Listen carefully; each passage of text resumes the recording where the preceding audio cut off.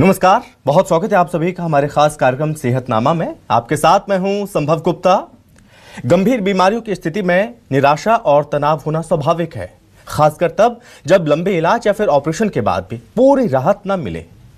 ऐसे में सबसे पहले ये समझना जानना जरूरी है कि हर बीमारी का इलाज एक ही पद्धति से संभव नहीं होता। एलोपैथी जहां त्वरित राहत के लिए अपनाई जाती है, तो वहीं होम्योपैथी एक समग्र दृष्टिकोण अपनाती है। होम्योपैथी में रोग नहीं बल्कि रोगी का इलाज किया जाता है। इसमें शरीर की प्राकृतिक रोग प्रतिरोधक क्षमता को बढ़ाने पर जोर दिया जाता है, जिससे शरीर खुद बीमारी से लड़ सके। यह उपचार धीरे धीरे लेकिन जड़ से असर करने का दावा करता है। होम्योपैथी उपचार किस तरह से और कितना कारगर साबित हो रहा है, आज हम जानेंगे डॉक्टर अश्विनी द्विवेदी जी से। डॉक्टर अश्विनी जो कि देश के उन चुनिंदा होम्योपैथिक डॉक्टर्स में से एक हैं जिन्होंने आम लोगों में होम्योपैथी को लेकर विश्वास जगाया है।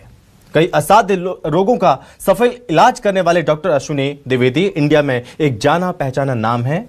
कई निराश रोगियों को उनके एडवांस्ड होम्यो हेल्थ सेंटर एवं homeopathic medical research private limited Indore ने राहत देने के साथ निरोगी बनाया और इसी सफलता को आज भी सतत जारी रखे हुए हैं। तो आज हम बात करेंगे डॉक्टर अश्विनी जी से। डॉक्टर अश्विनी जी, बहुत स्वागत है सर आपका। धन्यवाद संभव जी, बहुत सारा धन्यवाद। सबसे पहले डॉक्टर अश्विनी, मैं आपसे समझना चाहूंगा, अप्लास्टिक एनीमिया, पैनसाइटोपेनिया और हीमेटोहाइड्रोसिस जैसी दुर्लभ बीमारियां, उनके लिए अंतर्राष्ट्रीय स्तर पर पहचाने जाते हैं आपकी इस विशेष पहचान की शुरुआत कैसे हुई, सबसे पहले ये चीज, और आपको इन जटिल रोगों पर कार्य करने की प्रेरणा कहां से मिली सर? संभव जी, आपका नाम ही इतना अच्छा है, तो होम्योपैथी से हर चीज संभव हो सकता है। ऐसी बीमारियां जो दवाइयों से ठीक की जाती हैं, उसको हम होम्योपैथी चिकित्सा के द्वारा ठीक कर पा रहे हैं। और इसकी शुरुआत हुई लगभग 2000 में, जब एक मरीज आया जिसके अपर पैलेट, ऊपर का जो तालू होता है, उसमें से कंटिन्यूअस ब्लड बह रहा था और उसको इंदौर के एक हेमेटोलॉजिस्ट ने बताया कि ये ब्लीडिंग बंद नहीं होगी क्योंकि ये अप्लास्टिक एनीमिया की बीमारी है। अप्लास्टिक एनीमिया का मतलब होता है कि बोन मैरो हमारा काम करना बंद कर देता है या कम हो जाता है उसका काम करना, जिसके कारण हमारे शरीर में ब्लड सेल्स की कमी हो जाती है। ब्लड सेल्स की अगर मैं बात करूं तो हमारे शरीर में 3 तरह के सेल्स होते हैं, आरबीसी, डब्ल्यूबीसी और प्लेटलेट। अगर मैं आरबीसी को बोलूं तो रेड ब्लड कार्पसेल्स बोला जाता है, डब्ल्यूबीसी व्हाइट ब्लड कार्पसेल्स है, और प्लेटलेट्स। ये जब तीनों सेल्स कम हो जाते हैं तो उसको पैनसाइटोपेनिया बोला जाता है। पैनसाइटोपेनिया एक गंभीर तरह की परेशानी है जो कैंसर के मरीजों में भी आम हो गई है। कैंसर के मरीज जब कीमोथेरापी और रेडियोथेरापी लेते हैं तो उनमें जैसे नॉर्मल सेल्स टूटते हैं वैसे हमारे ब्लड सेल्स भी टूटते हैं। तो कैंसर के मरीज अप्लास्टिक एनीमिया और ये जो गंभीर बोन मैरो डिसऑर्डर्स है उसके लिए हम होम्योपैथी से उनका इलाज कर रहे हैं। अप्लास्टिक एनीमिया और बोन मैरो डिसऑर्डर्स बिल्कुल अलग है, और जो आपने हीमेटोहाइड्रोसिस बोला वो बिल्कुल अलग है। हीमेटोहाइड्रोसिस का दूसरा नाम या हिंदी में यदि मैं बोलूं तो उसको खूनी पसीना बोलते हैं। जिस तरीके से एक व्यक्ति को पसीना आता है, पर्सपायरेशन, स्वेटिंग, उसी तरीके से हीमेटोहाइड्रोसिस वाले मरीज को ब्लड का पसीना आता है, जिसको खूनी पसीना या हीमेटोहाइड्रोसिस बोलते हैं।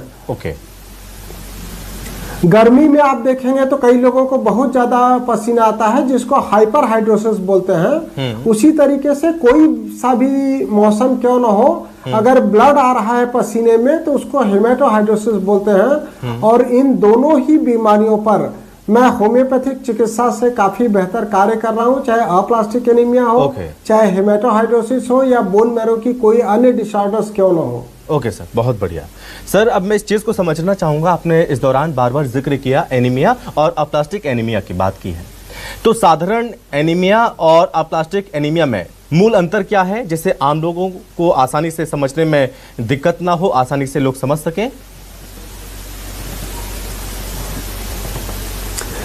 संभव ये ऐसा है कि जैसे एनीमिया की अगर बात करते हैं तो एनीमिया जो साधारण एनीमिया जिसको लोग समझते हैं उसमें सिंपल हीमोग्लोबिन की कमी हो जाती है। हीमोग्लोबिन जो नॉर्मली 13 ग्राम % से 15 ग्राम % या 16 ग्राम % तक होना चाहिए, यदि वो 8 ग्राम % है, 9 ग्राम % है, 10 ग्राम % है, तो लोग खून की कमी या उसको एनीमिया बोलते हैं। उसमें बोन मैरो काम करना बंद नहीं करता है। लेकिन जब अप्लास्टिक एनीमिया की बात करते हैं तो इसका मतलब उसको बोन मैरो पे कोई बहुत गंभीर समस्या हो गई, या तो वो केमिकल से हो गई, या वो कोई दवाइयों के साइड इफेक्ट स्वरूप हो गया जिसमें बोन मैरो सप्रेस हो गया, या हाइपोप्लास्टिक हो गया, या अप्लास्टिक हो गया। उसमें शरीर में ब्लड सेल्स का बनना बंद हो जाता है। ऐसे मरीजों को बार बार ब्लड और प्लेटलेट चढ़ाया जाता है। जब बार बार ब्लड और प्लेटलेट चढ़ाने के बाद भी उनके शरीर में खून नहीं बनता है तो डॉक्टर लोग उनको बोन मैरो ट्रांसप्लांट की सलाह देते हैं, या फिर एटीजी ट्रीटमेंट की सलाह देते हैं। कई सारे मरीज ऐसे भी आ चुके हैं मेरे पास जिनको एटीजी लेने के बाद भी आराम नहीं हुआ,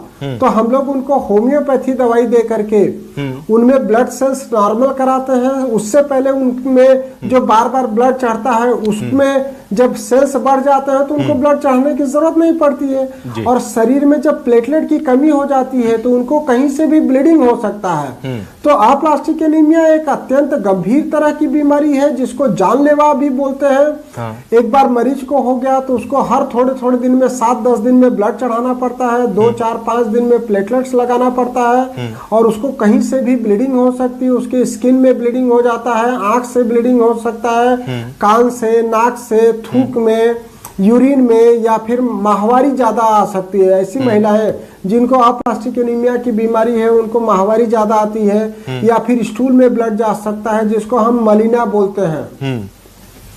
ओके सर, अगर हम इस चीज को जबकि नॉर्मल जो साधारण भाषा में एनीमिया है उसमें ऐसा ब्लीडिंग नहीं होता है। ओके सर, आगे हम ये समझने की कोशिश करेंगे कि सर ये बताइए कैंसर के बाद रक्त समस्याएं कौन से लक्षण ऐसे हैं जिनमें व्यक्ति को तत्काल डॉक्टर से मिलना चाहिए, और कब केवल खून की जांच से ही स्थिति स्पष्ट हो सकती है? कैंसर में जब कीमोथेरेपी और रेडियोथेरेपी दी जाती है तो उनके ब्लड सेल्स कम हो जाते हैं। कई बार कीमोथेरेपी के दौरान उनके जो चिकित्सक होते हैं वो उसको ब्लड चढ़ा करके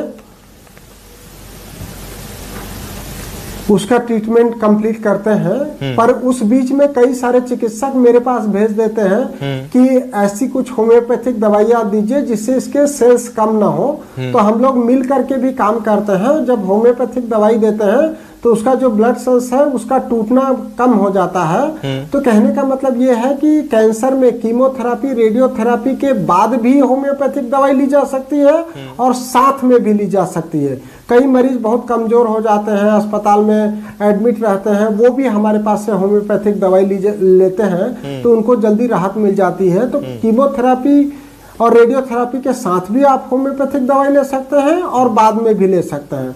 और हम लोग जो एडवांस्ड होम्योपैथी देते हैं वो डिस्टिल वाटर में देते हैं, तो वो लेने में भी काफी सुविधाजनक रहती है। Okay sir. सर कैंसर के इलाज के बाद बहुत से पेशेंट ऐसे हैं जिन मरीजों में हीमोग्लोबिन और प्लेटलेट्स कम हो जाते हैं, और ऐसे मामलों में होम्योपैथी चिकित्सा किस तरह से, किस प्रकार से सहायक हो सकती है और इसकी सीमाएं क्या है? बहुत जल्दी असर करता है। होम्योपैथिक दवाई देने के बाद 10-15 दिन के बाद ही उनको प्लेटलेट और हीमोग्लोबिन बढ़ने लगता है। मैं होम्योपैथिक दवाइयों के साथ साथ हमेशा उनको खान पान भी भारतीय हमारी जो खान पान सभ्यता है वो भी सिखाता हूँ कि गुड़ चना खाइए। हमारे घर में जो गाजर है, पालक है, अनार है, सत्तू है, इसका इस्तेमाल करने को बताता हूँ। तो उससे शरीर में उनको ताकत भी महसूस होती है और ब्लड भी बहुत जल्दी बढ़ जाता है। लेकिन जब मरीज गंभीरता की ओर होता है, जिनका हीमोग्लोबिन 5 ग्राम से कम होता है या प्लेटलेट 10,000 से कम होता है, तो उनको मैं ब्लड चढ़ाने या प्लेटलेट या एसडीपी चढ़ाने की भी सलाह देता हूँ। ओके सर, आप अक्सर एडवांस होम्योपैथी शब्द का प्रयोग करते हैं। आपकी एडवांस होम्योपैथी और सामान्य रूप से प्रचलित होम्योपैथी में क्या मौलिक अंतर है सर?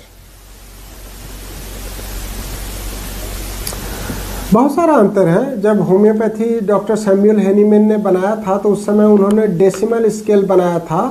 सबसे पहले मदर टिंचर बना, मदर टिंचर के बाद डेसिमल बना, जिसको 6x या 12x लिखते थे, 3x 6x 12x। फिर उनको लगा कि ये जो है इतना कारगर नहीं, तेजी से काम नहीं करती है, स्लो है, स्लो एक्टिंग है। तो उन्होंने सेंटीसिमल बनाया जिसमें 200 1m ऐसा 10m जैसा 50m यूज किया। और जब उनको आखिरी स्टेज में, जब वो डेथ के पहले उनको ये लगा कि ये भी तरीका स्लो है होम्योपैथी का, तो उन्होंने 50 मिलीसिमल पोटेंसी बनाया, जिसमें जो टाइचुरेशन है वो काफी ज्यादा हो जाता है, 10⁶ हो जाता है। तो उसको होम्योपैथी में उनके डेथ के बाद बहुत ज्यादा प्रचलन में आई 50 मिलीसिमल पोटेंसी। और 50 मिलीसिमल पोटेंसी देने से वो उसका जो ड्यूरेशन था बीमारी के ट्रीटमेंट का होम्योपैथी, उसको काफी कट शार्ट कर लिया गया।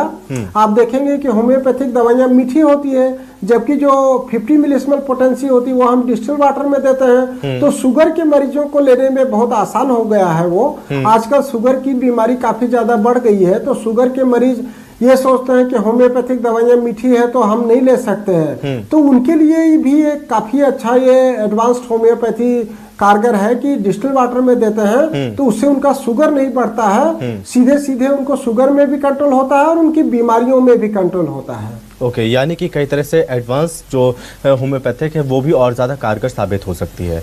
ठीक है सर, इस बीच अपने दर्शकों से ये भी अपील हम करना चाहेंगे कि अगर किसी भी पेशेंट के, किसी भी दर्शक के मन में कोई सवाल है तो ये नंबर लगातार हम फ्लैश कर रहे हैं, इस नंबर पर कॉल करके सीधे अपने जो सवाल हैं वो जवाब जान सकते हैं। वो सीधे बातचीत करने के लिए हमारे साथ डॉक्टर अश्विनी लगातार बने हुए हैं और हमारे सवालों के भी लगातार जवाब दे रहे हैं। कोई भी अगर सवाल है वो आप सीधे तौर पर कर सकते हैं। सर, डॉक्टर अश्विनी, हम आगे बढ़ते हैं।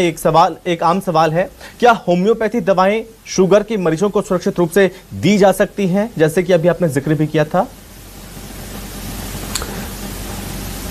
बिल्कुल दी जा सकती है। जब शुगर में उनको इंसुलिन लगाने के बाद भी शुगर नहीं कम होता है, शुगर का इलाज मरीज कब चालू करता है? जब उसका 150-200 शुगर आता है तब वो डॉक्टर के पास जाता है और डॉक्टर उसका ट्रीटमेंट चालू करता है। ट्रीटमेंट लेने के दौरान ही उसका शुगर भी बढ़ते जाता है, उसकी दवाई की मात्रा भी बढ़ती चली जाती है। जब उनका 400, 500, 600 शुगर हो जाता है, जिसको अनकंट्रोल्ड शुगर बोलते हैं, या उसका जो इंसुलिन है उससे उसका कंट्रोल नहीं होता है, तब लोग हमारे पास होम्योपैथिक ट्रीटमेंट के लिए आते हैं। और जब हम लोग होम्योपैथिक दवाई देते हैं तो धीरे धीरे से उनको शुगर जो है वो मात्रा नियंत्रित हो जाती है और उनकी पूर्व में चल रही दवाई भी मैं उन्हीं चिकित्सक के पास भेज करके नियंत्रित करा देता हूँ। हालांकि इसमें होम्योपैथिक दवाई के साथ साथ मैं उनके लाइफ स्टाइल को बदलाव करने के लिए काफ़ी सारा सलाह देता हूँ। मैं लोगों को वॉकिंग, स्विमिंग, साइकिलिंग या योग करने की सलाह देता हूँ, साथ में नेचुरोपैथी की सलाह देता हूँ, जिससे हमें शुगर को नियंत्रित करने में नेचुरल तरीके से होम्योपैथी के सहयोग से काफ़ी जल्दी सफलता मिल जाती है। अब चूंकि डॉक्टर अश्विनी इस हमारे खास प्रोग्राम को लाइव ये चूंकि जा रहा है और मध्य प्रदेश, छत्तीसगढ़ के साथ पूरे देश भर की जनता आपको देख रही है, सुन रही है, जान रही है, इस बीच एक सवाल आया है मेरे पास। ये सवाल आया है, लोग ये जानना चाहते हैं कुछ लोग कि जैसे कि कोई बीमारी है सर, उसकी एलोपैथिक दवाएं चल रही हैं, क्या उस वक्त पर होम्योपैथिक दवाएं हम शुरू कर सकते हैं, या अगर हम होम्योपैथिक दवाएं शुरू कर रहे हैं तो क्या हमें एलोपैथिक दवाएं बंद करनी चाहिए?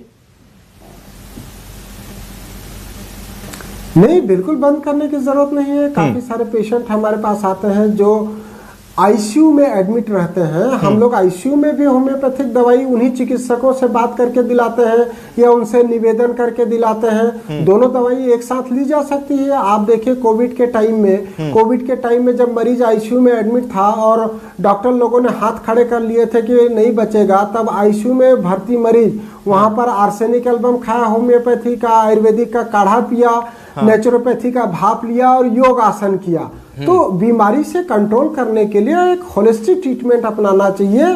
किसी भी चिकित्सा पद्धति का आपस में कोई तालमेल गड़बड़ नहीं है। आप किसी भी चिकित्सा पद्धति के साथ होम्योपैथी ले सकते हैं। कई बार लोगों का बुखार नहीं उतरता है, तेज बुखार में हम उनको एंटीपायरेटिक दवाई भी लेने का बोलते हैं और होम्योपैथी दवाई भी लेने का बोलते हैं, तो उससे ज्यादा जल्दी उनको बुखार में आराम मिल जाता है। कई बार हमारे पास ड्राई कफ लेकर के आते हैं लोग, अस्थमा में इनहेलर लेते हुए आते हैं, तो हम शुरुआती दौर में उनको उनकी दवाई कंटिन्यू रखने के साथ में ही होम्योपैथिक दवाई देते हैं। उससे दोनों के सहयोग से उनका जो ड्यूरेशन है उसको काफी हम कट शार्ट कर सकते हैं। बिल्कुल ही जा सकती है दोनों, ऐसा कोई परेशानी नहीं है। ओके, चूंकि लोगों को चिंता ये रहती है कि कहीं रिएक्शन ना कर जाए। डॉक्टर अश्विनी, मैं आगे बढ़ूंगा, आपसे चर्चा करूंगा डायबिटीज और थायराइड जैसे जो हार्मोनल बीमारियां हैं उनमें होम्योपैथी की भूमिका को आप कैसे देखते हैं सर?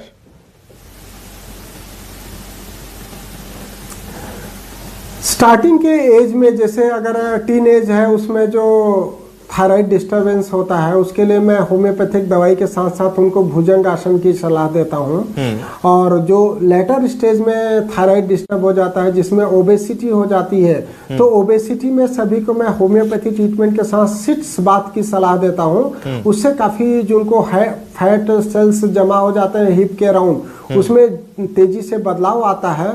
और ऐसे लोग जिनको बहुत ज़्यादा भूख लगने लगती है थायराइड के कारण या इनका भूख बंद हो जाती है, उसमें भी होम्योपैथिक दवाइयाँ काफ़ी कारगर हैं। जिनको चिड़चिड़ापन आ जाता है या स्किन में ड्राइनेस आ जाती है, उनके लिए होम्योपैथिक दवाइयाँ काफ़ी कारगर हैं। और जो आप डायबिटीज़ की बात कर रहे थे, डायबिटिक न्यूरोपैथी हो, डायबिटीज रेटिनोपैथी हो, डायबिटिक मायोपैथी हो, डायबिटिक नेफ्रोपैथी हो, डायबिटिक कार्डियोपैथी हो, कई बार लोग डायबिटिक अल्सर लेकर के हमारे पास आते हैं। तो जब अनकंट्रोल डायबिटीज होगा उसके कारण शरीर पर उसका दुष्प्रभाव देखने को मिलेगा। तो इस सभी प्रकार के दुष्प्रभावों में होम्योपैथी काफी कारगर है। कई बार डायबिटीज के मरीज हमारे पास आते हैं कि उनको इतना ज्यादा न्यूरोपैथी दर्द होता है कि वो दर्द के कारण सो भी नहीं पाते हैं, तब उनको होम्योपैथिक दवाइयाँ लेने से उनकी जो मसल्स में पेन है या नर्व का जो पेन है उसमें काफी राहत मिल जाती है। तो होम्योपैथी दवाइयाँ डायबिटिक न्यूरोपैथी, रेटिनोपैथी उसके लिए भी ली जा सकती है। काफी कारगर है। ठीक है डॉक्टर अश्विनी, अब हम बात करेंगे योग, एक्सरसाइज और मेडिसिन की। आप कई मरीजों को चूंकि सेतुबंध आसन और भुजंग आसन करने की सलाह देते हैं, एडवाइस देते हैं, दवा और योग के बीच ये तालमेल आपने कैसे विकसित किया? ये जानकारी, ये नॉलेज आपने कहां से हासिल की सर? संभव जी, ये मैं आपको बताना चाहता हूँ, जो स्पॉन्डिलाइटिस है या स्लिप डिस्क जिसको बोलते हैं, ये बिल्कुल ही ऑक्यूपेशनल डिसीज है। This is not true disease. इसमें जब हम दिन भर बैठ करके ऐसे काम करते हैं तो हम लंबर पे बैठे होते हैं। बैक जो है हमारा लंबर रीजन, लंबर रीजन पे अगर 8 घंटे, 10 घंटे, 12 घंटे बैठ करके आप काम कर रहे हैं, तो 10 घंटा 12 घंटा जब व्यक्ति बैठेगा तो उसका हिप जॉइंट, लंबर जो स्पाइन है उसमें कंप्रेशन आना स्वाभाविक है। तो दर्द उसको होगा, दर्द धीरे धीरे उसके पाँव में चला जाता है, पाँव में सुन्नपन आ जाता है। तो वो एमआरआई लेकर के डायग्नोस केस बना करके हमारे पास आते हैं कि इसको लंबर स्पॉन्डिलाइटिस हो गया है और डॉक्टरों ने ऑपरेशन की सलाह दिया है। वो पहले से फिजियोथेरेपी भी कराए हुए होते हैं।